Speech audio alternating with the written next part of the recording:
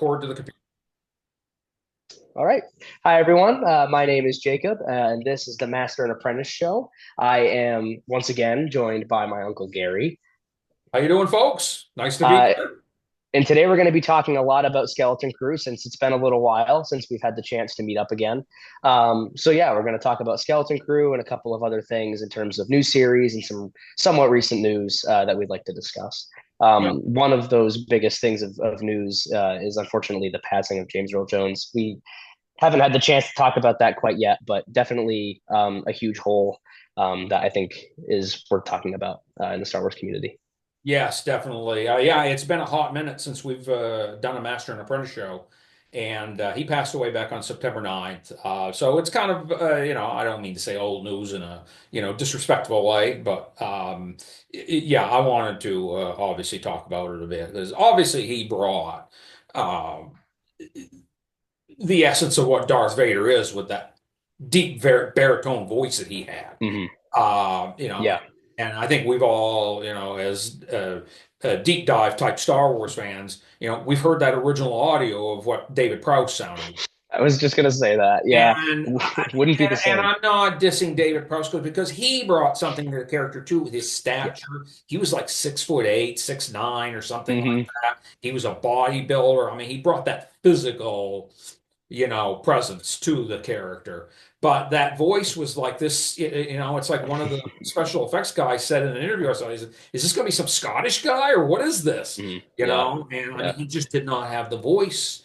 I mean, it would have been hilarious, unfortunately. Yeah. It would have taken like the really big, macho villain out of the villain, I think. I think it would have made him more of a laughing stock, which, I'm really glad that James Earl Jones was able to step in there and create such an iconic voice that like now people like when they hear that they just know. I mean, it's iconic. So definitely a Exactly. huge loss in the community. But the good thing though is that I believe he signed off giving his voice to Disney to be able Yes. to use it in future projects, which means he'll still be able to live on Star Wars projects if Darth Vader appears in any of them. Which, like, come on, very likely that that's going to be the case.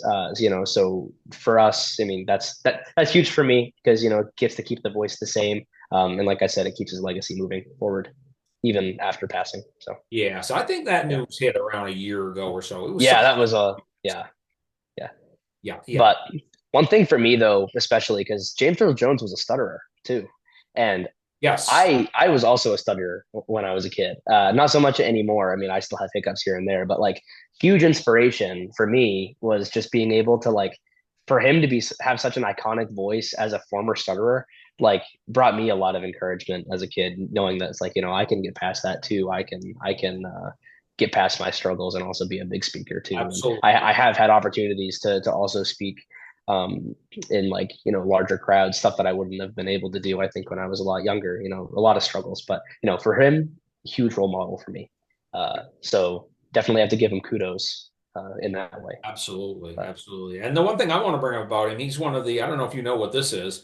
He's one of, I think, only around 25 or so actors who have completed the EGOT. Do you know what the EGOT is? oh, I've heard of it, but I don't know what it is. It is a performing artist who has won an Emmy, a Grammy, an Oscar, and a Tony Award. Oh, no way, that's Yeah, great. he No, I has didn't won know all that. four. Yeah, That's that is impressive. basically, No. yeah, that's basically the four major types of, entertainment. Mhm. Emmy for TV, Grammy for music, Oscar for films, and Tony for stage. Yeah, no He is one kidding. of only around 24, 25 actors that has done that.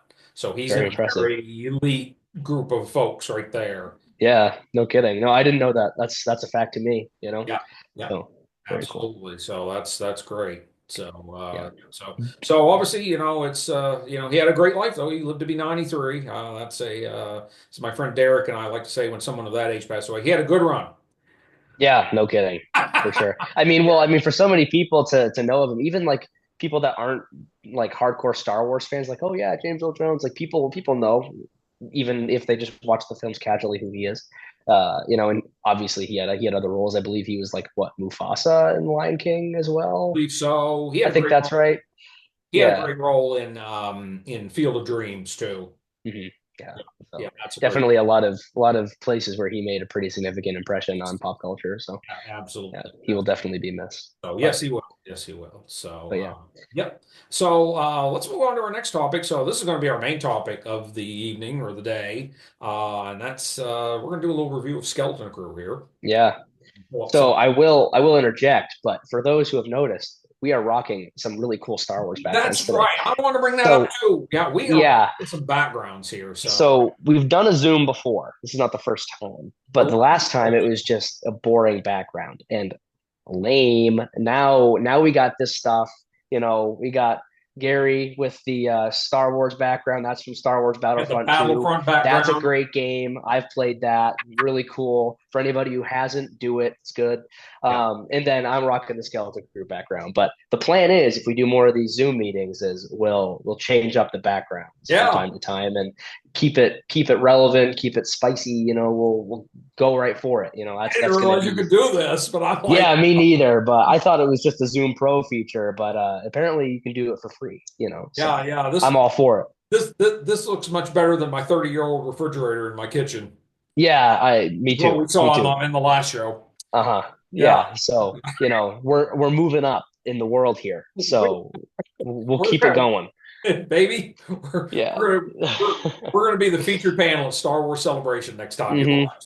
Yeah, just wait. Just wait. Yeah, yeah, just right. Yeah, yeah. Fingers crossed. Fingers crossed. Yeah, All exactly. right. But So, what do you want? Why don't you start off? What do you want to discuss regarding Skeleton Crew? What you like? yeah. Maybe you can talk about things you didn't like about it. hmm We want to be fair, and Yeah, we'll discuss maybe the things that didn't land with us. So go ahead. sure. Yeah. So I'll start just kind of like as a holistic approach. I really like what this series did. It took like it wasn't part of like the mainstream story that we see with like all the Skywalker saga stuff or like the Jedi or the Sith. It was a very different kind of story. And what me and Gary were talking about over the phone after the episodes, we were talking about the Acolyte a little bit, and that was supposed to be a thriller, but I got more of a thrill out of this series because I Good. really didn't know where things were going. Right. For the Acolyte, I was able to predict, that guy's going to be the baddie. I can tell. You could just there Yeah. was there was cues here and there. It's like, oh yeah, come here, yeah, he's the big guy. I figured, We actually weren't going to talk about the acolyte, but the thing about the acolyte, too. just I'm just going to say briefly, I liked it. I'm sorry it didn't get a second season, Me too. but it didn't. It wasn't the mystery thriller that they made it out to be. hmm Not for me. And I think this This was. was, So yes. yeah, so going from episode to episode, it started off so simple with just kids and a neighborhood, and I really like the way that the kids how they portrayed kids. Like, I mean, as simple as that sounds, I imagine that's probably pretty difficult to capture on screen because it's for some films or shows it can feel forced. But Wim, for instance, showing his childlike nature, his obsession with like the Jedi, some like mythical, for him, kind of like a sci-fi, Right. entity, like what we believe or something like that. So, but being able to capture that and show the adventure of a child and also being able to show the dynamics of school children, like just bickering about like exams and stuff, like that resonated with Wow. me. So it's like all Yeah. of those little like setups and then being able to lead it into the actual like you know later episodes where they started actually having adventures and being able to show insecurities from every one of the child actors or at least like the actual like children in the show, like showing that they aren't all that confident despite their desire for adventure. They have things that they're not confident about, and each of them had a moment like that. So for me that was really fulfilling in terms of like a character perspective, but also just like the show kept me on my seat. I was on the edge of my seat the entire time. I was um, Here. always anticipating what was going to come next, and I never really had a good guess. Yeah. So definitely, good project, very good project. Yeah. Yeah. No, I think the first time we see Wim, he's playing with his action figures. Yeah, Room, yeah, right? That hmm that was you and me when we were kids. yeah, yeah. No, for Play a sure. bunch of Star Yeah, Wars exactly. Exactly. Yeah. So it really resonated with me because it just reminded me of my childhood for sure. His obsession with the Jedi was my obsession with the Jedi. right? But it makes sense because I mean his planet was so sheltered from everything. I mean, That's it. from what we learned, at the later part of the episodes, is that that barrier kept them entirely from any contact on outside of well, the entire galaxy. So for them, I mean, that's like kind of Earth for us, like if something was out there, well, I don't know, we don't know anything right now. So it could be, it's a very similar scenario for us, and then at and but it's kind of cool to see a kid that doesn't know too much, kind of just like fantasizing about what could be. Um, And the other, I mean, the other planets in that system had been destroyed, right? I mean, we yeah, visited I mean, at Akron. They yep, all had different yep, names. They were all hmm at a something. and then I guess they had all been destroyed. We didn't find out what happened.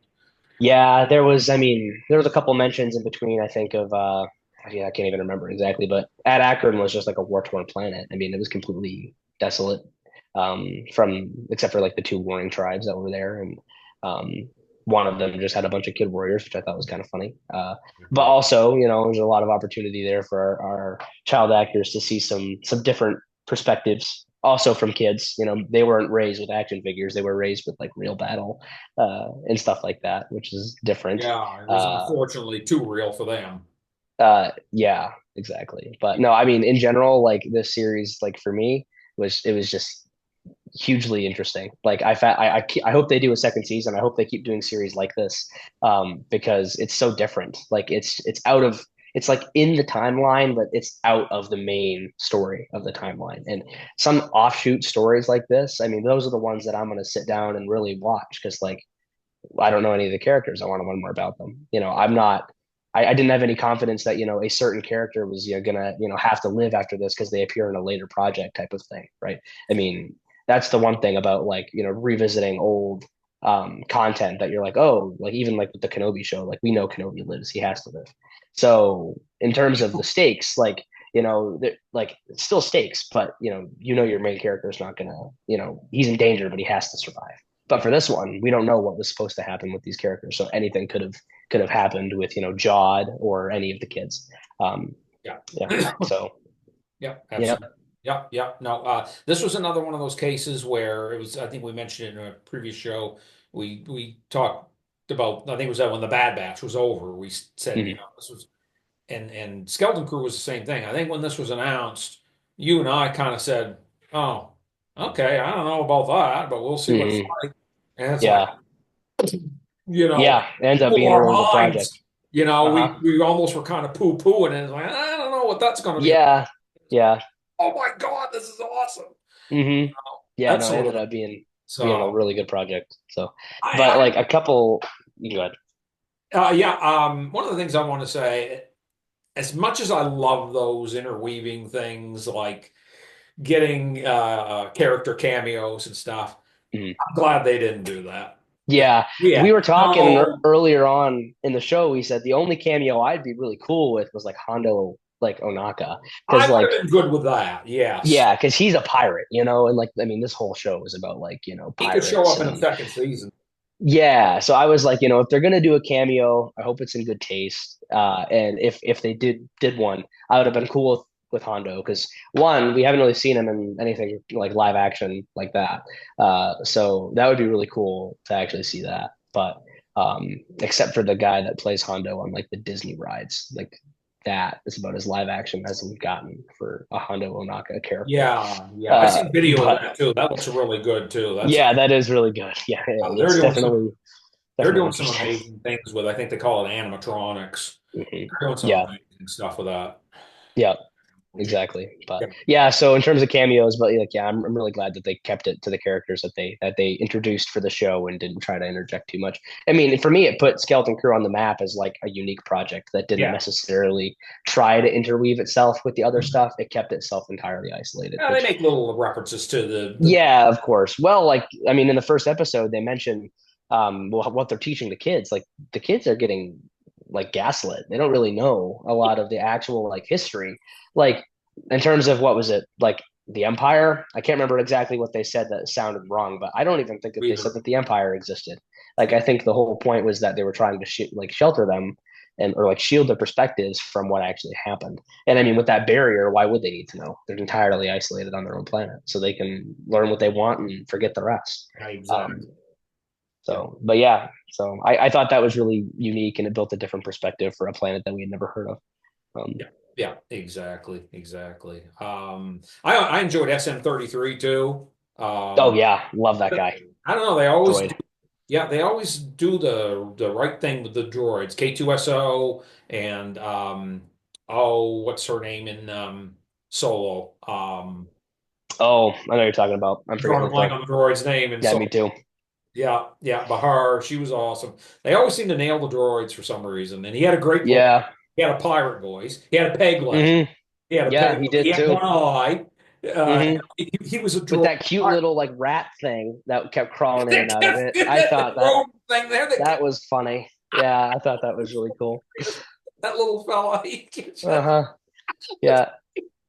Yeah, that was done really well. I mean, his like character was just really done really well. I mean, originally I was, when they first got on that ship, I was like, oh no, this isn't gonna be a main character. This is just gonna be something that's getting in like the way of the kids. But then, it became like a mentor. Like this is like teaching them about like the pirates code and Yeah. like what like is actually supposed to be done in X scenario or whatever.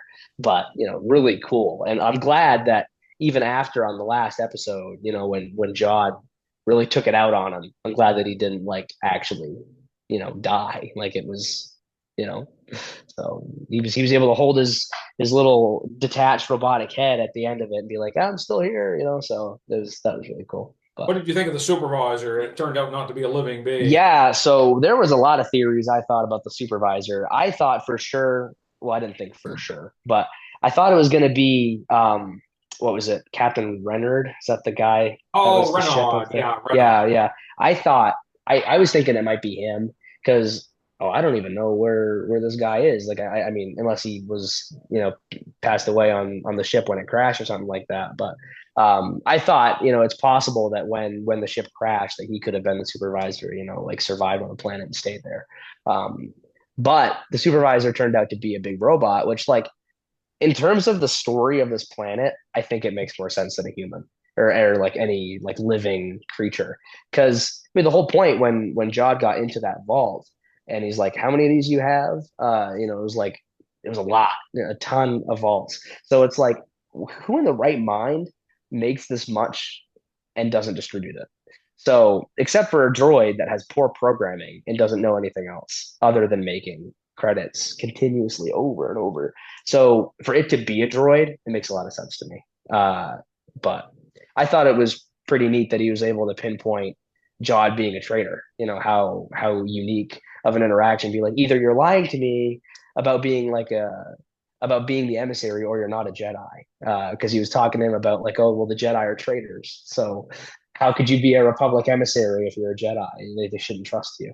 Um, so that was a really cool way to work in the supervisor to the end of it, but have it not be a human or some sentient creature necessarily. Yeah, yeah. Uh, That red eye was a callback to, and I thought of it at the time, but I think watching some videos online, I think they've kind of confirmed that that was a callback. And I know you haven't seen this film, but that was a callback to 2001, A Space Odyssey, and oh, okay, the HAL okay. 9000 computer that kind of takes over the ship they're on. Hmm. Yeah, yeah. I had Hal had this at each of his terminals had this round red eye. I'm sorry, Dave, but I can't do that. You know, he's got like this real Yeah, calm voice, and he yeah, takes over the whole ship. He kills yeah. three of the crew members that are in stasis. He cuts off their life support, and Hmm. he's a bastard. It turns out Yeah, he's no. got this real calm voice. I'm sorry, Dave, I can't do that. Well, I mean, that's kind of what happened with the supervisor here. I mean, he I was know. he was like, "Welcome, welcome," and it was well. I mean, I had a feeling it was a droid the second they stepped into that room because everything was so dusty. Like there was nothing there that had been touched by anything living Cleaning in lady hadn't even come through. forever. Yeah, Yeah, no, stop attending the services, so to speak. right. Um, but like that entire place was just like it was just driven by robots, and then people that just Yeah. very complicit, didn't ask questions, didn't, rebel. I mean, I don't, if they did rebel, it wouldn't have worked out too well. Every time they did, they got hunted down by those robots, those parents, I thought the parents did a really good job too, in terms of like their portrayal of They like were cool. concern for their kids. But also like being able to break a barrier and be like, hey, like I want my children back. And I know the supervisor or these droids aren't doing anything. And now that we know that the supervisor's a robot, no wonder that it didn't care because it didn't care. Like it's the sole objective of the supervisor is to make these credits. And there was probably no other real programming in there that cared about like empathy for the workers or whatever. So it makes sense that these parents had to go so far out of their way just to be able to get it. But every step of the way, they got hunted down or looked at weird or something. So um, I think they portrayed their role very, very well. Um, Oh yeah, yeah, they yeah, were great. Yeah, they were great, yeah. and And I they have from different seen, backgrounds too. I mean, yeah, you had single parents, you had a same sex couple. I mean, these are things that we see in real life now. yeah, And that are should be an accepted part of our culture, and we mhm, saw that in this show. So, yeah, for sure. Now, I do think them sending out that message is going to bite them later. The message that they were able to send out to the kids because they got it past the barrier, it broadcasted, but in terms of a second season for this show, it's very possible that that message gets into the wrong hands of another party or group yeah, that wants all of the money. So even though, like, I think the big question for me now is, and the way that we left it off is that we don't know what happened to Jod at the end of all this stuff. He's technically still of the there Olympians. in some way. And there's still one gazillion vaults of credits that have been untouched. So it's like, it makes you wonder what's going to happen with all that. There's no way that's where they leave it. So I do think that they're going to make a second season. And I think that message that they sent out or broadcasted is going to be a huge player. Right. Um, because I mean, Atten, like what Jod was telling everyone in the crew, like it's a common tale, it's a folklore, but it's not just a lore. It's an actual thing now, and people are going to hear about that. Yeah. So I think it's going to matter later on. Yeah, we don't know what Um, happened with Jog. We didn't see him get arrested. no, no, He we could have didn't. slipped out of there. I think he did. Yeah, I think I think that's going to bite he them slipped off. later. Yeah, yeah. Hmm. And then Wim's got the lightsaber, right? Yeah, I think so. So he's got I, his I own don't real life. I don't think Jod got it back. He So. can put away his action figures. He's got his own real life lightsaber now. Yeah. Well, and I think his character development with that lightsaber is really funny because when they got on that casino, or it wasn't casino plane, I'm thinking of The Last Jedi, like the resort, I had to write down Lanupa is Lanupa. the Okay. resort. The resort. When they found Captain Reynard's lair with all of his treasures and goodies, and they found that lightsaber, Wim opening that lightsaber in the wrong direction killed me. That I was knew he was so doing it funny. too. That I was knew so he funny. Yeah, I I knew he had expected that that. upside down. Just wait, look. Exactly. So, but in the finale, he corrected for it. So he learned from his mistake and opened it in the right direction. Did So, like, such a small little detail, but like his character's, he can learn. And I think it's cool to be able to see that they right. had like just like, a development. They moved him forward and now he's more competent. I mean, I think all the kids at the end of this became so much more competent. And, in the finale, when Wim was trying to get his dad to like, man up and like, let's get this job done, Wim is substantially younger than his father, obviously. And it's like, but he Oh, was the one, that put on the pants in the scenario and got stuff moving. So it's like just a small interaction outside of the galaxy. These kids are, they're born leaders now. They got a lot to work with. Um, so yeah, I mean, I love their character development. It's huge for me. But I got to pause for a minute here because I'm looking. The sun's going down here, and I think I got to turn the light on in the room I'm in. maybe And the little light on the camera is not cutting it.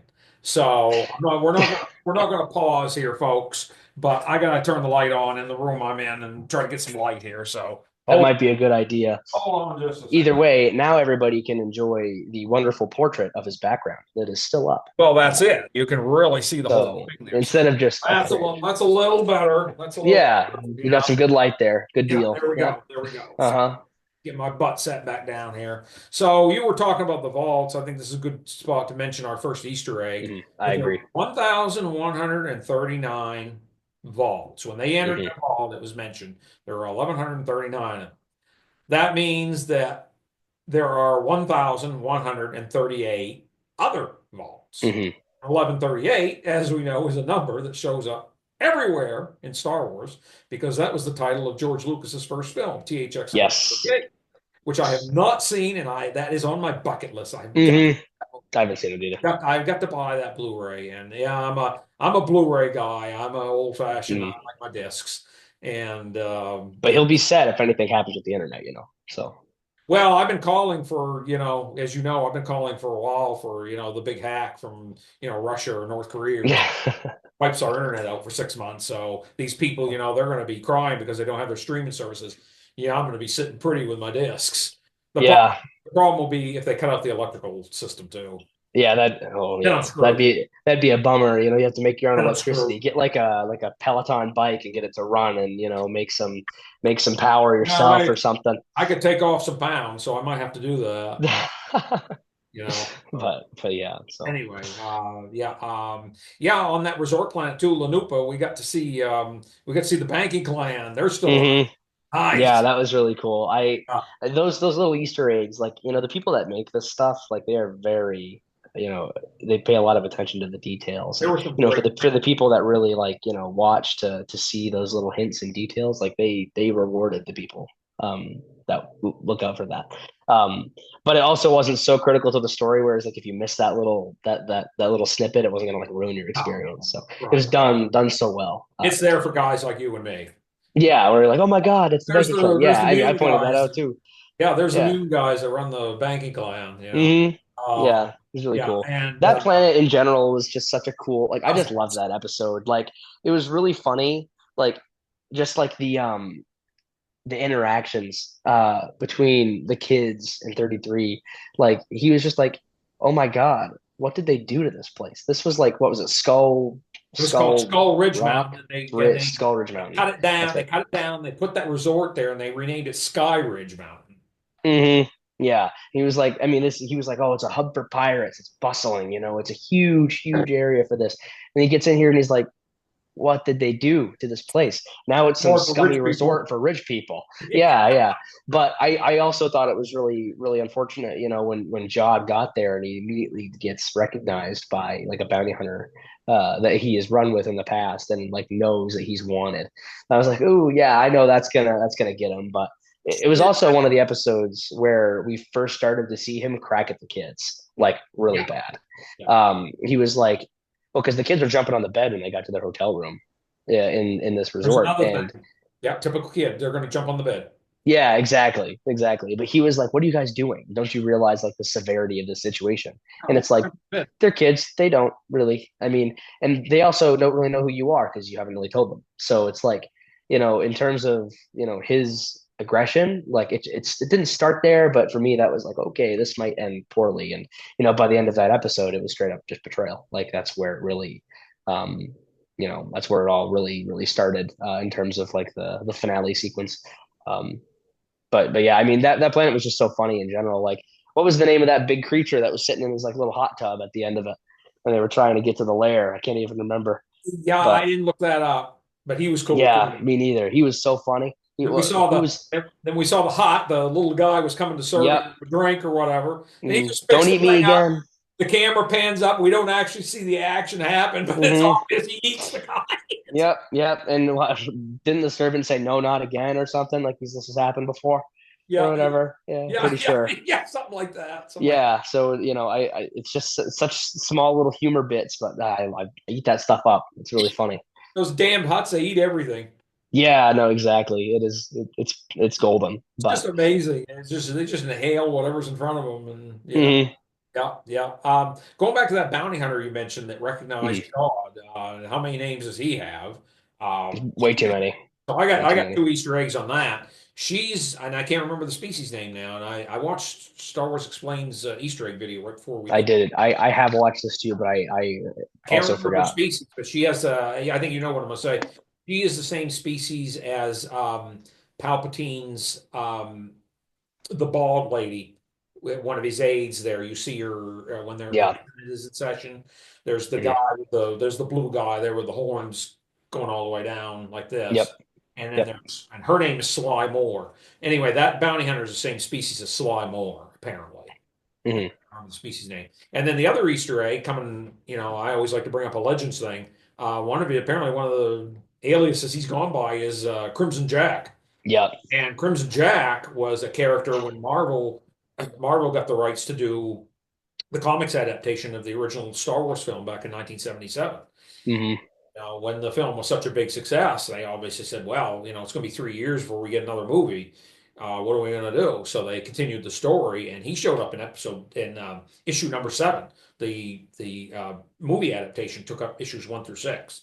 Yep. Issue 7, Han Solo's got his reward. He's flying off to try to pay his debt that he owes Jabba the Hutt, Hmm. and they get captured by these pirates. And this one pirate, red hair, red beard, his name is Crimson Jack. Yeah, Crimson Jack. I wonder. Yeah, yeah, they're pulling from everything. They're pulling from. Yep. Yeah, I mean it's pretty cool. I mean, obviously a retcon. Like, I mean, in my opinion, it still could be very possible that something like that actually did happen. But like, Yeah. it could just be that he went by that alias just by Jod lying. I mean, he's lied the entire series. Like Well, in he could canon, have. Han Solo did lose that reward, but I Oh can't remember yeah, how he did it. He didn't get captured by pirates. He lost that no, reward somehow. yeah.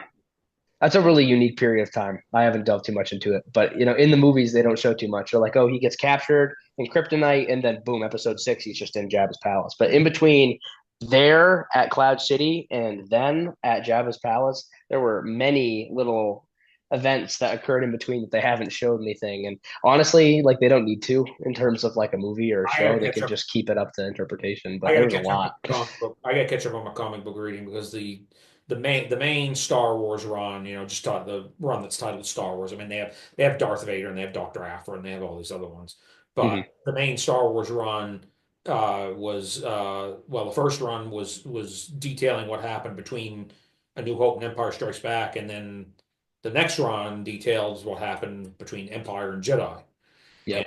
now they're going to restart another one that's going to take them into the New Republic era. Uh, Hmm. so yeah, but I gotta catch up on that story because my understanding there was a whole bunch of crap that went on. Yeah. In With between there and then. him, Yeah. Kira gets involved somehow. Kira from Solo, Yeah, that's he right. gets Hmm. involved with that somehow. There's like an auction.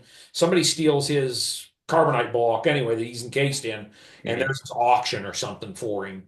And she's involved in that. She and Crimson Dawn are involved in that somehow. Yeah. I don't know the details. Former lover. What the heck? You know? Yeah, yeah. So Jeez. But there you so go. much drama. But Um, yeah, pretty yeah, neat. yeah, yeah. We saw Battle Droids too on Port Borgo, I think it was called. That Yep. When he was looking to, well, Jod was peer pressured into the kids yeah, trying to go rescue 33, after he got taken, so to speak. yeah. Well, deactivated, I guess. Oh, Uh they activated him, and then he says, the battle droid says, "Did we win the war?" And yeah, he had always absolutely been, not. yeah, yeah. He hadn't Yeah. been turned back on since the No. end of the Clone And War. got a lot to catch up on in between there, I love that there that was. the end of that and moving forward. You know But how much I love the prequels. I love them as much as you do. mhm. I just love the fact that they had so many prequel references in this. Yeah, I agree. That's some good stuff. Yeah, Yeah. yeah. And they had some sequel references too, and I enjoyed that too. Yeah. I Yeah. enjoyed all that stuff. I enjoyed all that stuff. So, Mhm. I um, really like, I mean, my favorite stuff in Star Wars is like some of the underworld, like piratey stuff, like the stuff, like a lot of the stuff that we got actually. Like I've always been a huge fan of like the crime syndicates part of Star Wars because like for me it's more like up in the air. It's not so cut and dry. There's a lot more to it than just good and bad. I think the backstabbing happens in those parties a lot more often. So I oh, like to watch that stuff. But it was really cool just the first episode seeing when Jod was wrong about his first like score that we were able to see. And then how he got just thrown in the jail. It was a mutinous crew, and then to see how that ended, where he was able to. What's the name of that wolf guy? The guy that's right there. he's like yeah, I can't remember what they're called, but Yeah, he was I'm blanking. in that character, that type of species. He was actually in the original cut of Star Wars, the first movie. Oh, okay. And it was just I guess it was just a standard off the shelf Halloween mask. George Lucas was not happy with it. Hmm. And when he did the special editions in 1997, he replaced that character with a completely different character because he just didn't like the looks of that mask. But those species have shown up. That werewolf type species has shown up in. They were one of them was a Jedi in the Clone Wars, not the canon Clone Wars that you and I talk about all the time, but that original 2D animated series that came out way back. Well, around the time you were born, around 2003, that came out. Hmm. I know you've Yeah. watched those too, but Yes. Yeah. yeah, one of them is a Jedi in that. Hmm. I think they've been spotted in the background in other places too. Yeah. And I I can't just remember his. checked, but the character is Brutus. I just forgot the name. Oh, But did you look it up? Okay. yeah, I just checked real quick because Okay. it was bugging me. But no, like I really liked by the end of it where Jod was able to kind of get his revenge on Brutus, where he was able to pick him up with that like, well, it's like the toy like claw machines that we see in like arcades or whatever, but like on the He's ship. right above your head there. He's right above your head. Yeah, I know. I was like, it's So I'd walk scared. down there with I'm a you. little scared. That guy's got some scary Watch your back. features to him. Watch your back. Uh, yeah, apparently. But I mean, I liked his character a lot, even though I mean, like he was there to be a menacing figure, right? Obviously, and I think he played it pretty well. It scared me a little bit. Uh, but for Jod to be able to get his crew back, with the promise of an actual score that wasn't just an empty vault, huge win for him. But unfortunately for the kids, that meant that he had his crew back, and he is no longer in need of their services to get to a place of glory and treasure. But Exactly. Exactly. Yeah. Yeah. Um, I want to talk about KB. yeah, go Really for it. liked her and her Hmm. implant there she had, and Yeah. I'm glad we got to hear more about her story. Um, you talked when we talked about James Earl Jones, you discussed, you overcame stuttering yourself, Hmm. as he did. And her little talk she had with Wim, about, sometimes she feels like Fern doesn't understand. There are still certain things that she can't do.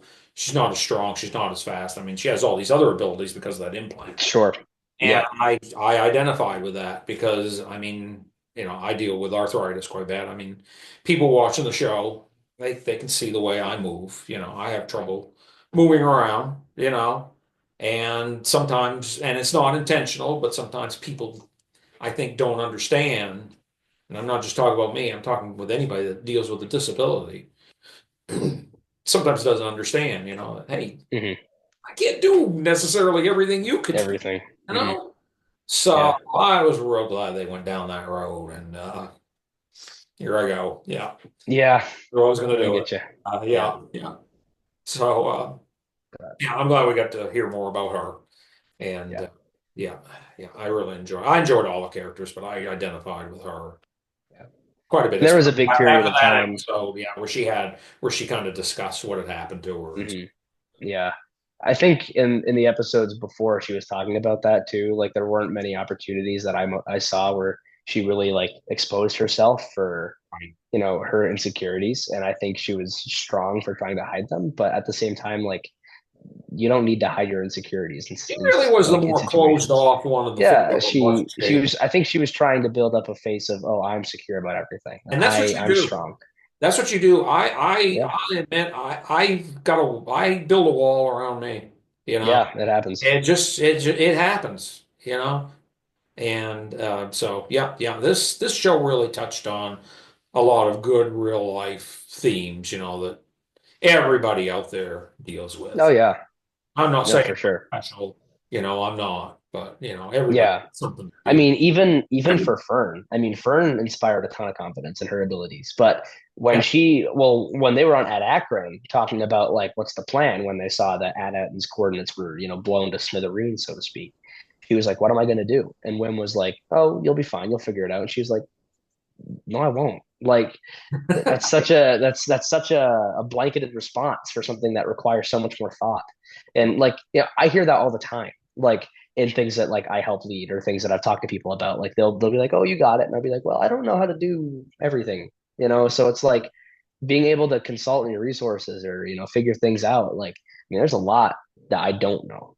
So, or like, there's a lot that she didn't know either, doing stuff like this. Right. So, and hearing those blanketed responses of, "Oh, you'll figure it out," like it doesn't really console you as much as you think it would. It's more of a, "Oh, I doubt myself." So it's interesting for her to talk about that doubt because that's a very real thing that people that deal with leadership concerns or deal with just life. Maybe you don't know everything. So it made her a more real character too, not just somebody that inspires infinite confidence in every little thing.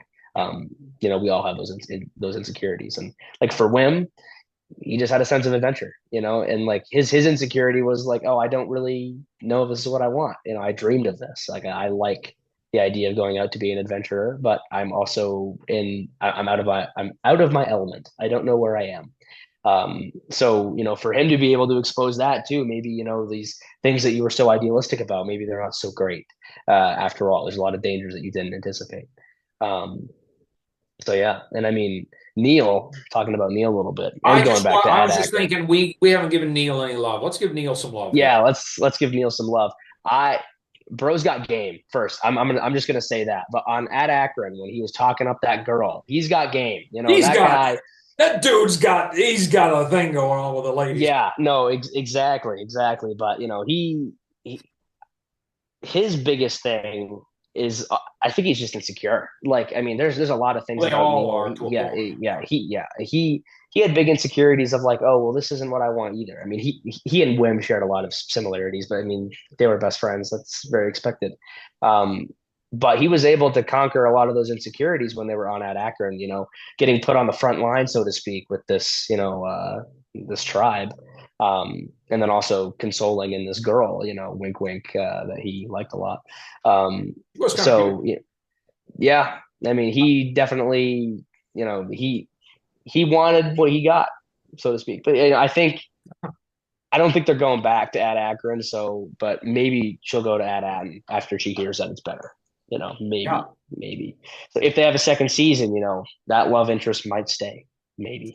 Yeah. Maybe they meet up with these. I mean, they left it open to do all kinds of things if we do get a second season. I have a feeling Yeah, too. I think we're going to get that show. I'd like to. That show got enough positive Well, response from the critics yeah, and the fans. I can't imagine that they're not going to put a season two. I yeah, I think you're right. It might be a And couple like years before we see it, but yeah, and they left it so open with Jod. Like yeah, him as a character, very interesting. And there's another thing I wanted to mention too about him. But during the show, we were theorizing, he's probably an Order 66 survivor, like the entire time. Like that's that what that I was that was the main thought, and I largely agreed. I mean, that made sense to me. yeah. Wouldn't be unheard of for a Jedi that we know in the Jedi Temple to have their master not be around after that time, because of everything that went on. And Because he for just all he said was my master got killed, right? Am I right on that? Or so it wasn't but I don't think it was because of Order 66, like not the actual day. that's The what I was way he said it, it was like my master at the time found me, and he mentioned that they were both low. So, and by that I mean like lowly, like they were not well off. So I think if I had to guess, his master was an Order 66 survivor and was living very much on the down low, kind of like Kenobi was in the beginning of the Kenobi show, kind of like living off scraps, not doing too well financially or mentally. okay. But then the master found Jod, who was living in a similar kind of life, and realized potential.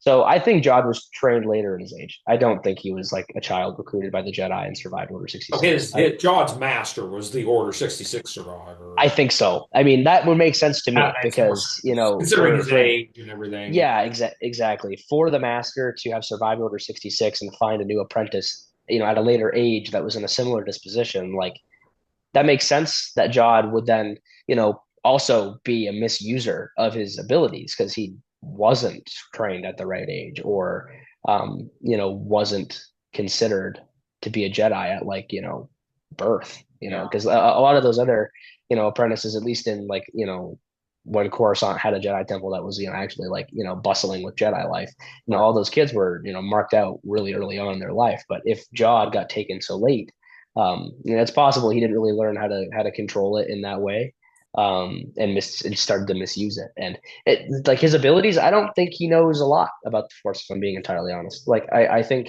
he knows how to use it to push and pull, and I think he knows how to sense people's thoughts. But Oh, he he's also mentions, yeah, he mentions that I learned what I could from my master, but I don't think he learned everything. I think he's definitely just, an amateur force user that is also a pirate and uses it to get what he wants, which is like the least Jedi thing ever. So, but I think that's a twist on his story, something I didn't expect. But it makes him unique because most of the other Jedi stories we know of from the works that we've seen have been Order 66 survivors. Even, I mean, with the Inquisitors too in the Kenobi show, we saw that Reva was an Order 66 survivor as well. That's how she recognized Anakin, or at that point, even though Vader. that was my theory about him, I'm kind of glad now after having seen the show that that's not where they went because I agree. we've seen Order 66.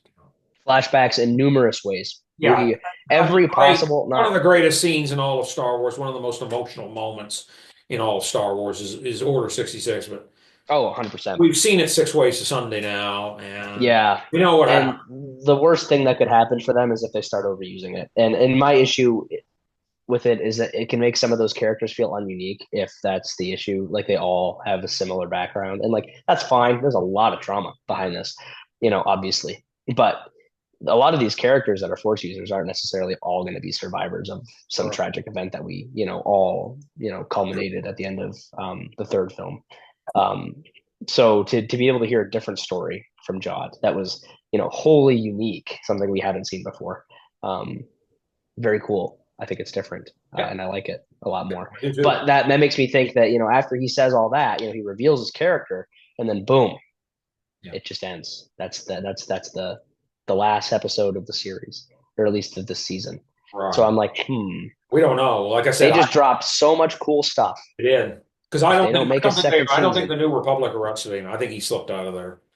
oh yeah, I don't think so either. I mean, he's one guy. I think his crew is gone His entirely. crew was Like, I gone. mean, yeah, his crew's gone. So now he's going to be a lone wolf, which like I like Jude Law. He can definitely play that. He did play that really Yeah, well. yeah. I think I want to, if anything, I want to see him back in the role just because I know he's good. I love him. Oh He's yeah. he's he's a great actor. So, you know, show reasons We aside. back. I have I think personal he reasons. enjoyed doing it. I think he really enjoyed doing it. I think Yeah, give him I saw his interviews. I follow Star Wars on that. most every social media platform. Yeah, yeah. And every interview I've seen from him, he's been like, he's loving it. Like every interaction he's had, he's like, oh yeah, like I loved working with these people. I loved Oh yeah. filming this. Being able to hold the lightsaber. I remember he was talking about it. He was like, they played the sounds of the lightsaber over the audio when he was using it, so he could, he'd whoosh it around and he'd hear it. Yeah. And he said that gave him goosebumps. So he's a Star Wars fan at the end of Oh, the day, and absolutely. it's the actors and the directors that are Star Wars fans that come in and do these projects that are the best at their job because Yeah. they know what they want. And for him, excuse me, he's great. I mean, I really want to see him reprise this role again. So Yeah. crossing my fingers for season two, but they I definitely think we're should do going to it. get it. Yeah, I think it'll probably get announced. It might get announced sometime this year, and it might be a well, obviously, the production time it takes to put these things together. It's going to be a while before we see it. I mean, there's a lot of special effects in this show, so yeah, yeah. Well, that kind of brings me to another point. But when they were filming at Akron, I also heard that that was some of the last scenes that they had to film because they used the exact same sets as at Atten, but they made them like it destroyed them. ruined Yeah, they and tore them destroyed out. them. Yeah. So I also, when I was reading the comments on some of these like shorts that were explaining how they did it, a lot of people were saying, I mean, geez, that must have been hard for the actors. And the actors themselves came out and said, yeah, that was difficult to see, the set that they had been working with the entire show all of a sudden in like disarray because that was for them that was like the last scenes that they were filming, so it Yeah, was we're bittersweet. right. um, but it just shows that the actors are passionate for what they do. They really liked what they did. Give them a chance to come back I again. loved the interviews um, with those kids. Those kids were awesome. yeah, they had so much like angst. I loved it. Like they were really happy. So yeah, for sure I'd like to see them go ahead and reprise those roles. No, let's But like, yeah, no, go go ahead. ahead. No, finish up. Yeah. So I was gonna make a comment, but like there were eight of those planets, like the at planets. I The was just thinking about that. I couldn't remember how many there were. I think it's eight, Like seven or but eight. Yeah. for Ad Akron and Ad Atten to have the same setup exactly, like it makes me wonder, like if each of them are working on the exact same project, but they probably were, because they keep mentioning this, like oh the grand work, or I think that's what they were saying. Yeah, the grand something. Yeah, the grand work. Yeah, Yeah. it was something like that. But I mean, now that we know Ad Atten's secret, we know that that was making credits. That was making a lot of money. Right. But for each of those planets to be making credits, I kind of wonder if any of the other, of the 8 planets had a different grand work, if they were working on the same thing. Good thought. And if they were, then like those planets that are in desolation, like Ad Akron was still technically in. I mean, it was in shambles, but it wasn't like destroyed. I wonder if any of the vaults down there still have stuff in it, like, or if it was completely looted out. Yeah, It, I don't it know. does make you wonder, and it could be something they talk about because if they go into a second season, there are 6 of those planets, if there are 8, if I'm remembering that correctly, Yeah, 6 of those planets that are entirely undiscovered. Well, not undiscovered, but we haven't seen them we yet. haven't seen them. Yeah, they're out. So who knows? Maybe if they find something unique, they might go to one of those planets, and or if they were completely destroyed, maybe they were Death Starred, like Alderaan, and just gone. Like not, they just don't exist. Yeah, That's possible too. they could have become, well, the Empire said, well, we're done with you. And they maybe tested weapons there on them, that sort of thing. Not Something, necessarily but Death Star, not necessarily Death Star yeah, weapons, but, they had some yeah, pretty devastating stuff in their arsenal. So, exactly. But I like how vague they were about this stuff because like now people can just theorize about it and think about it. It doesn't right. have to be a cut and dry answer. So I do kind of like that. The other thing I was thinking is if they brought all of those credits into the circulation of the economy they wouldn't even be worth that much because they would just start inflating everything. If It would they, be so bad. if those get released, you want to talk about inflation. We talk about Yeah, it I was gonna say here. if you're thinking that what Oh we do my is bad, that God. would be Can you terrible. imagine? So You imagine what a drink at Chalman's Cantina in Moss Isley is going to look like? You know? not good. Not something I want to buy. So no, I was thinking about that too. Every time I saw or they mentioned that vault, I was like, oh, gee, they better not. Oh my, That would be a oh my God. destroyer of the global or the galactic economy. Oh Uh, man, but geez, not yeah. good, not good. Hmm. So I mentioned earlier, was there anything, I want to be fair, was there anything you didn't like? Was there anything that didn't land with you? With it? Um, I honestly can't think of anything, but Not really. I mean, I like the Ad Akron episode. That one yeah, at times I felt was a little clunky. There were a couple times where I was like I don't know, I can't think of something well, yeah, directly, but I mean, in general, like I was wondering what that point of that episode was, but then they got to the end of it, and I was like, okay, they were here to find, a different set of coordinates. But yeah, it was definitely just a mini adventure for the kids. And at first, I thought it was a little bit more of a filler episode, but then we got some more about Neil's character, and I was like, okay, it's developing up his character, and then we learned more about 33 because we learned that he was with Captain Renard and was instructed to tell them nothing or like nothing about Ad Atten at all. He was programmed to keep it entirely exclusive, yeah, yeah, um, yeah. which makes sense because he had such a generic response every time the kids asked him about Ad Atten. He's like, I don't know nothing about no Ad Atten. And I was like, why does he keep saying the same thing? Like that is a programmed, like Yeah. hard coded response. I was like, for anybody that was like has a brain or even a robot, but just a regular brain, like why would you say the same thing every time? So I had a suspicion, but it just all like that episode all but confirmed it. So initial impressions, I was like, okay, I don't know why this episode's here, but as it kept moving forward, it served a lot more of a character development purpose, and then also had a lot of interesting things at the end of it that I thought were definitely worth the payoff, or like worth the wait for it. But initially, like that was the only episode that I initially had some weird thoughts about. But I mean, in terms of like how it all ended, it's resolved. I don't think it's a bad episode at Yeah, all. this is the first time I've had watched through one of these where, I mean, I enjoy everything, I love original sequel, prequel trilogy. I've loved all these shows, Hmm. even The Yep. Acolyte, Yeah. hey, you can come at me about that in the comments if you want, but I enjoy it. Um, and this is the first time though I haven't really didn't No. see anything that bugged me or, Yeah. things. And kind of like we said before, I think some of that is just because the project was so unique. They restricted their cameos to zero. Different. Like they didn't have anything crazy that was like, like there were no like I'm trying to think of the word, but like it was so unique that I had zero problems with it. You know what I mean? Like that's kind of what I'm trying to get at. But it didn't connect so heavily with the main story that I thought it was going to go in a weird direction. Like it There didn't. wasn't It anything. never. Yeah, it There's never none of that curtailed. interconnected. There really wasn't a lot of that interconnective tissue that we Yeah, but I really liked that. It made that's for such a smart. unique stamp on Star Wars. Yeah. For which for me I'd been looking for, and I thought Andor did a very similar job of that. Looking back at Andor season one, and we'll talk about season two here in a I'll talk second, but about season two a little bit. season one that was also one of the projects for Star Wars that absolutely blew me out of the water. And even though it was set in the same timeline as the stuff we've been seeing before, it took a very unique approach to telling a story about the rebellion that hadn't been told before.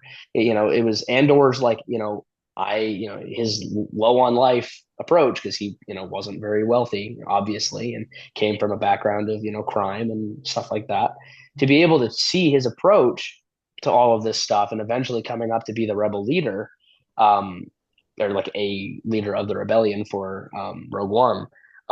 Very unique story. I don't think that's really been told before either. So it's when Star Wars takes a gamble on stuff and does something that hasn't been done before is when I think some of its best projects come out. And this is a good example of it, I think. Yeah, absolutely. Absolutely. So, yeah, yeah. All right. So I think that's our review of Skeleton Yeah, Crew. 10 out of 10 in my opinion. We'll I say think so. Skeleton Crew season one. Cross our fingers for season two. Hmm. I And agree. go from there. So, all right. So we want to talk a little bit. We don't have much info. We don't have many clips, but we don't have much of anything on Andor season two. But it's coming April 22nd. I think I got that date right. I didn't look it up, but I think that's I right. think you're right. I Yeah, think I you're think right. it's April 22nd. This was one of my favorite shows. The first season was just Absolutely. awesome, as you just mentioned. Yep. What do you think? What do you think we're going to see? We'll just talk briefly, and Yeah. So, firstly, before I get into like the content of what we're going to see, I know for sure that the social media from Star Wars has been posting a lot about like, oh, recaps on Andor season one. So they've been shifting their presence from what was pretty much all Skeleton Crew, kind of wrapping up with it now, and then also moving forward on the Andor they're stuff. winding us So, up. They're getting us ready. yeah, Yeah, exactly. So that just makes I'm thinking we're gonna get a trailer soon. I'm hoping we do.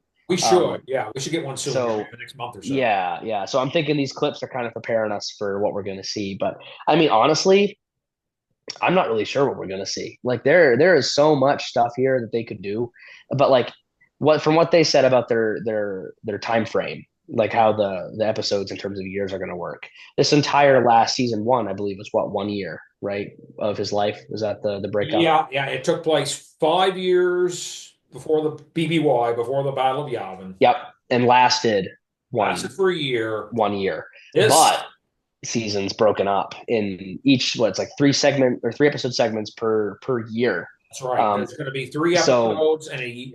I don't know if the three episodes are going to take up a year or if the three episodes are going to take up, a more compacted time frame. mhm. And then we're going to get a 1 year time. Yeah, It's going to be a 1 year I am time. interested to see how that's going to work Yeah. because I mean, obviously, season one took a long time to explain a year. A lot went into that year, Right. including explaining where Cassian came from.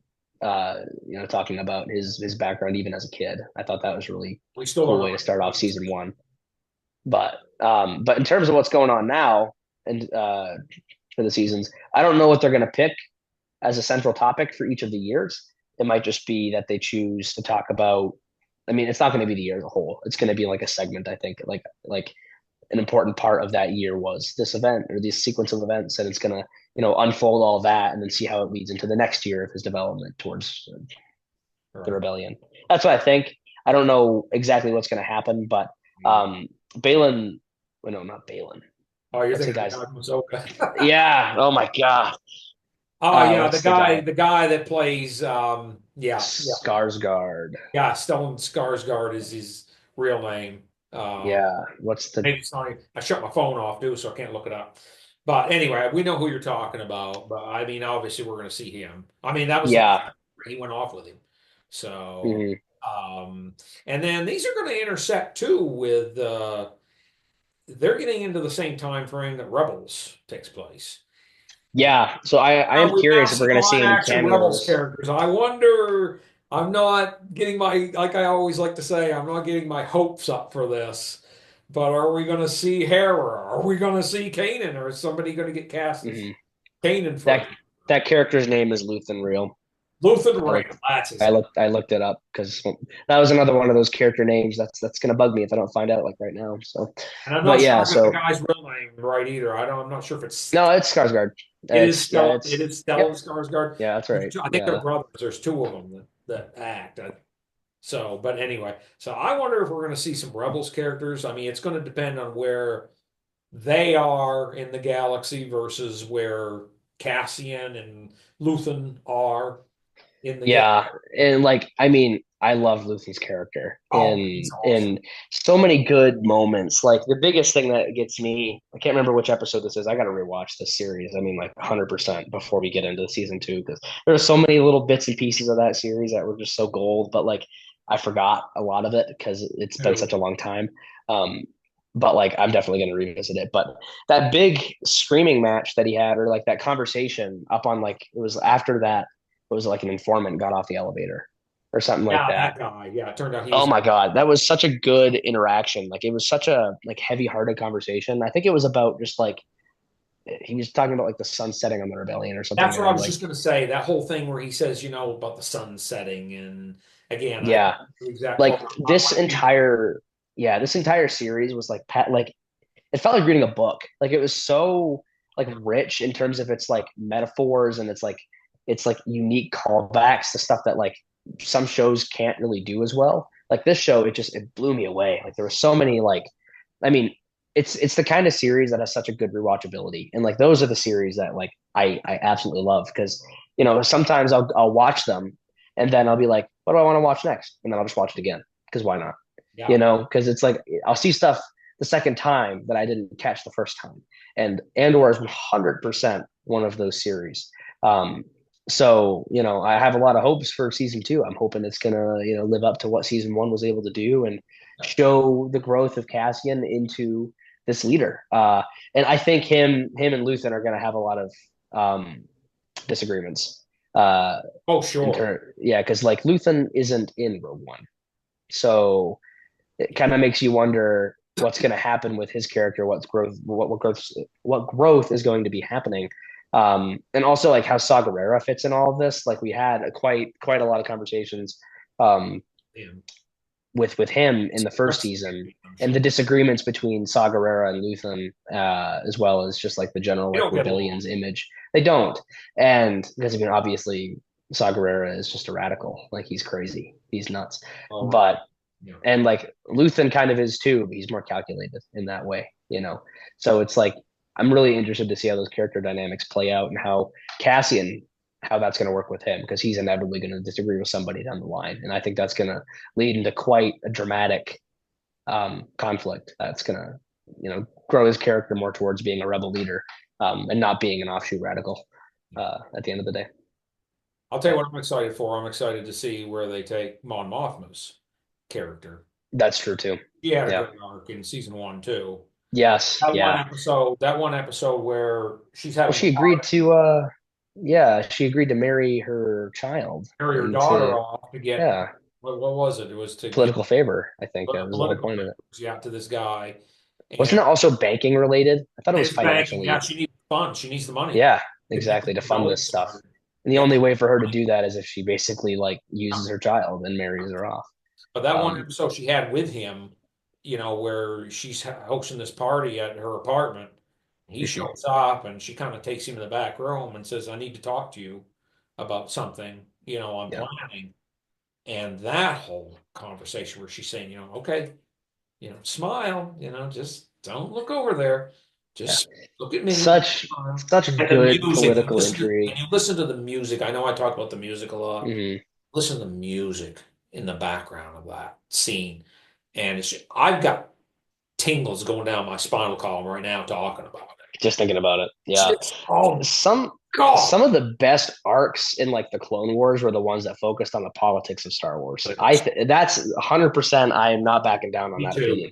But so when it comes to Andor, I mean, its ability to show like like kind of like underworld behavior, but also like the political intrigue of the Star Wars, like everything Star Wars. Like it captivates me endlessly. Like that's the stuff I live for.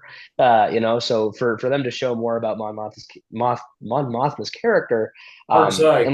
and like the ethical lapses that she has to deal with as a senator trying to work for the rebellion or trying to get funds for those projects, like I'm really interested to see what she does and like if she follows through with some of the stuff that she agreed to at the end of the season. Um, yeah, just see what she does. I'm along for the ride on it. And to see Yeah, where she gets to the point where she finally says, "Okay, I'm done with this. this. I'm done with this crap in the Senate. I'm getting out Yeah, of here, and I'm going to speak out." And I wonder if that's where if we see the rebels characters or some of them, I wonder if that's where we're going to see them because there's maybe. that episode of Rebels where they get her. She she docks with her ship. I can't remember the details of how she got there, and that's Hmm. where she makes her little speech, or she had already made her speech, Yeah. speaking out against the Empire Yep. and or against Palpatine specifically. And that's where, they come in and offer her, give her protection. I wonder if that's where we're going to see some of the Rebels people Hmm. in that. Absolutely. Yeah, Because I'd like to see that too. I would imagine I we're going mean, to see where she gets to that point where she says, I've had enough of this crap. yeah. I'm speaking out and then I'm getting the hell out of here. Hmm. And we've seen the Rebels characters live action, or at least some of them. Like we've I'm done seen, with Ahsoka. yeah, we saw Zeb too. Like we So saw Zeb, it was Zeb, just a cameo in The Mandalorian, but we saw him, yeah. saw the So rest it's like I mean, in it's not out Ahsoka. of the realm of possibility at all. Like these characters, like they could reprise their roles. So these actors could reprise their roles as the characters they've already played. We've seen Hera, we've seen Sabine, we've seen all of them in Ahsoka, and then Zeb was in the Mandalorian at the end of That's it, a fighting. situation where I guarantee you, while they were doing Ahsoka, I They can might have already almost bet recorded you a couple scenes, maybe. they said, "Hey, we need Hera, and we need, or maybe it's just her. We need Hera, and there's this other show we're doing. Since you're already in the makeup, can you come over and film this Yeah, cameo?" And I'm exactly. sure she said, "Yeah." You know, Oh yeah, yeah. yeah. What's her I'd name? like to see it. I What's mean, this is one of those. So in season one, there weren't too many cameos either, kind of like Skeleton Crew in a weird way. Like, really I want? mean, Oh, I think we're going to no, see. there. I Yeah, think we I think saw. this is going to be the season that we start to see it because we're starting to lessen the disconnect between what was just an Andor series and now how the rebellion is starting to form a little bit more. Yeah. So because in the first season it was just like who is Andor, who's Cassian, like who is this guy, starting to plant some seeds about the rebellion's intrigue and some of the political mishaps here and there. All of the wonderful you know melting pot of Star Wars, which I love so much. But Yeah. now we're getting into those tighter years where we're getting more than 1 year in a series, and we have to cover ground on how this stuff happens. And like you said, with the Rebels characters, I think it'd be cool to see them. So And I think we are going to get more cameos, but I don't think they're going to be out of taste. I think they're going to be well deserved cameos that show characters that should be active at this point yeah, where in they the have to be timeline. there in order for the story. Agreed. Yeah. Yeah, And exactly. the So and I the think they're going to be in good taste. and the intensity is going to ratchet up too, because I think we're also going to see how the Empire just keeps twisting, ratcheting up the pressure, and Oh yeah, the yeah. I crackdown. mean, and they started to at the end. At the end of the first season when they Yeah, we had were that seeing that it then. that big rally. They were there and they were there in full force. It also reminded me that despite the stormtroopers having god awful aim, they are the elite of the Empire. Like that's the point. Like Yeah, if like it's funny because in Andor they made that much more apparent because the people that they had serving the Imperial Army on those like offshoot planets, they weren't stormtroopers. They were other officers. They're other just just security. like just yeah, just like soldiers without the Imperial like stormtrooper armor. But they brought the stormtroopers in at the at that final episode when they tried to like actually bring everybody down because they're like, hey, there's actually something going on here. Hmm. But like it just reminds you that despite their bad aim, they are the best the Empire can offer. So, but I think it puts that kind of stuff into context a little Yeah, bit. I But agree. Yeah, yeah. So should be interesting. So again, April 22nd. That's the next thing I'm yeah, looking forward to. yeah. Obviously. So, The all first right. thing I do when I see a trailer is I'm watching it like 15 times and breaking it down. I'm gonna see what I can You do. find. It's gonna be some unique stuff in there, hopefully. So, What's going but on yeah, there? hope. What's that all about? Hmm. Half the time we're wrong, but Yeah, but that's where the fun is. Be wrong, and see what they do. yeah, It's cool. That's why I like to do this kind of stuff with you. me But too. Yeah, yeah. I don't mind yeah, being wrong. I just, I'd rather be surprised anyway. So yeah, me too. If I could predict every little part of it, um, kind of takes the fun out. It's like, oh, I people was get mad, right. people get mad because their theories don't pan I out. like it. I Oh, like it when my theories are wrong I'd because, like, rather be I'll wrong. think, yeah, because I'll think about it and like the theory that me or you came up with. It's like, and it might be too predictable. It's too Yeah, like cut and dry. But what maybe. they do is like Yeah, unique. Never seen it before. And then I'm like, all right, yeah, good job. They made a project that I fully didn't expect the outcome to. That I want to see that because I mean, it's creative writing. This too. is this is a very free flowing industry. They can do whatever they want, That's and right. I like to see it when they take a risk or two. I agree. So I agree. So, all right. So the final thing we've got trivia, but yeah, we are doing a twist on it. You're going to ask me a question this time. I am, and I do think he might know the answer to it, but We'll he has said that see. about me in the past, and I've I said didn't that get about it. you in the past, and you didn't get them. And the one you did, Yeah. I had to really, lead you. I led you into it, really. Hmm. All right. But all right, So you ready? All right, let's go. Drum let's roll, do it. please. Right. All Hit me. right. So, which actor is in the most Star Wars movies?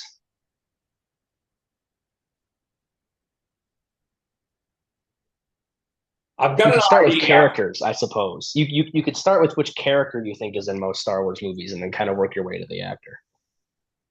Oh, well, it's got to be Anthony Daniels, right? Yeah, you're right. It's Anthony Okay. Daniels. All right. Yeah, C-3PO. Yep. I was gonna say that's who I thought it was, but I said I got a feeling I could be wrong. Nope. No, It's it is yeah, him. yeah, Yeah. because It's kind of he not crazy that only C-3PO plays, is so prevalent in every little thing, yeah, Just a because he scrap also droid. he's got a part as one of the droids in Solo, I think, He does. and he's Yeah, in right attack. here it says he played Tack in Solo, a Star Wars story. That's his name. And Tack. Yeah. I think his character he's got a little cameo at that bar in Attack of the Clones, and I think the character's name is like Daytoni Fanny or something like that, or Ooh, maybe. I Fanny don't know. Daytoni or It's not something. on my page, but I wouldn't doubt it Yeah, necessarily. yeah, but he's in Attack of the Clones too. You see him very quickly in that bar Yeah. when they're chasing Huh. the changeling there. Yeah, he's Yeah. there too. Yeah, yeah. So he Neato. doesn't just play C-3PO. He's done a couple other things too. So Yeah. yeah. But well, cool. So basically, that means I just need to step up my game because you got it right and I Yeah, didn't. I got So that right off the bat. So yeah, you're gonna hell yeah, step up your game next time. yeah. You'll have to come But up with yeah. a really good one. Yeah, yeah. Hmm. All right, so I think that wraps up episode 8. I think this was episode 8 of the Master and Ooh, Apprentice I show. think so. Yeah, I Yeah, forgot you're to right. look. I think the last one was 7. I think this is the 8th one we've done. So we're going to probably try to do another one, even if it's a quick one. You've got a busy schedule coming up, but we're going to try to maybe do a short one right before Andor starts. Hmm. We'll have a Yeah, we try. can break down the trailer a little bit and kind of We'll have have a any try. last thoughts on what we think we're going to see. Yeah, yeah, that'd Yeah, be and then we'll cool. move right into the episodes, and Yeah, we'll yeah, probably do what we usually do and break down the series and stuff like that at the end of it. But we'll see what the schedule looks like, yeah. We'll see obviously. what it all looks like and see what's going on with you and Mhm. whatnot. So, all right. Thanks, folks, for watching. I'm going to get this uploaded to YouTube, and please like and subscribe if you got friends that enjoy Star Wars and would like to see a raw, unedited, no frills. Well, we got backgrounds now, so maybe we've got frills. Yeah, that's true, but it's mostly conversational. We don't really prepare any scripts, only That's right. just brief bullet points and stuff to keep us on track. Free But flowing. other than that, that is it. So Yeah, yeah, no editing. If you got friends that would like to check out a new Star Wars talk show, please check us out. So we're not on any other social media platforms. I was on X for a hot minute and said, nope, I got to get off this. And, yeah, I might do the Blue Sky thing. I'm pretty sure you've heard of Blue Sky. I have. I might put us on Blue Sky. It's a little more of a safe space than X Yeah, is. So yeah, but anyway. All right. I Well, agree. thanks very much, folks. Thank you, Jacob, for joining me. Of course, like always, like always. As always, all right. And we will talk to everyone soon. May the force be with you and have a great evening.